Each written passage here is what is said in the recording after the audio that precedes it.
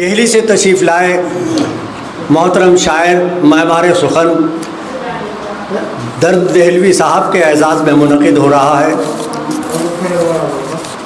اس کی صدارت ہمارے دیار کے وہ فخر ادب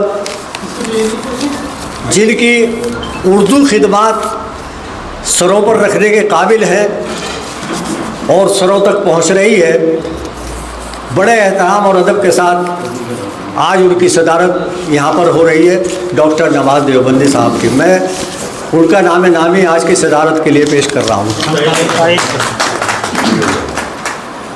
جناب درد دہلوی کے اعزاز میں آج کا یہ مشاعرہ رئیس اعظم خان رئیس صاحب سرپرستی فرما رہے ہیں۔ آج کے مشاعرے کی کنوینر ہمارے ناہید سمر کاوش جگاڑ دیوبندی ہیں۔ صدر محترم قمر ادبی سوسائٹی جناب شمیم کرت پوری، ان کی نگرانی میں آج کا یہ پروگرام چل رہا ہے اور ادائی کی حیثیت سے یہ خادم حاضر ہے۔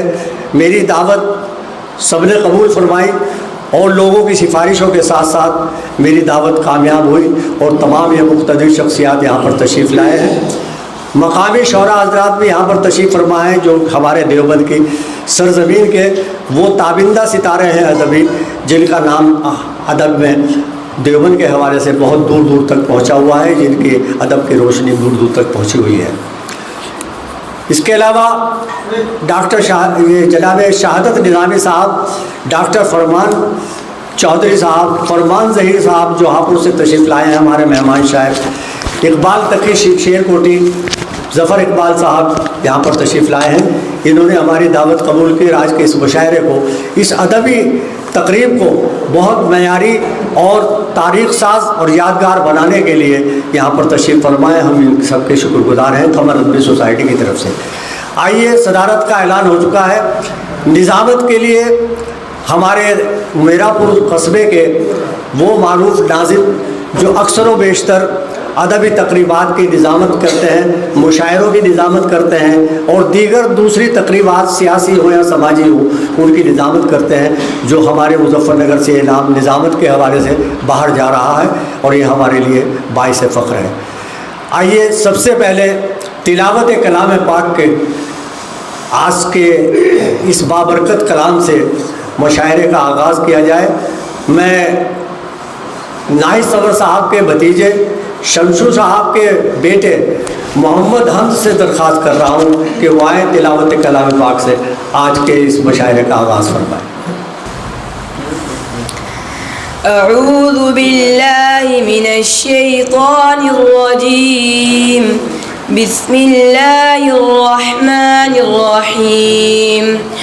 والضحى والليل إذا سجى ما ودعك ربك وما قلى وللآخرة خير لك من الأولى ولسوف يعطيك ربك فترضى ألم يجدك يتيما فآوى ووجدك ضالا فهدى ووجدك عائلا فأغنى فأما اليتيم فلا تقهر وأما السائل فلا تنهر وأما بنعمة ربك فحدث صدق الله العظيم۔ ما شاء اللہ، سبحان اللہ، سبحان اللہ، سبحان اللہ۔ بہت اچھی تلاوت ہمارے حافظ محمد حمد نے فرمائی۔